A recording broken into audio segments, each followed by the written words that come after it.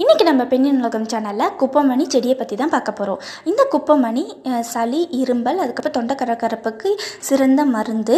இது வந்து சின்னவங்கலேருந்து பெரியவங்க வரலாம் உபயோகிக்கலாம். இது வந்து பார்த்திங்கன்னா ஃபஸ்ட்டு 4-5 தழையை எடுத்து நம்ம வந்து அதை கல் உப்பு கூட சேர்ந்து அதம்பணும் அப்படின்னா நமக்கு வந்து சாறு கிடைக்கும். அந்த சாறை சுண்ணாம்பு கூட கலந்து நம்ம தொண்டையில் தடவும் போது நமக்கு இருக்கிற த்ரோட் இன்ஃபெக்ஷன், சளி எல்லாமே சரியாயிடும். அதுபோல் தண்ணியில் கொதிக்க வச்சு சுட தண்ணியில் நம்ம ஆவி பிடிச்சோம் அப்படின்னா சளியெல்லாம் சரியாகும்.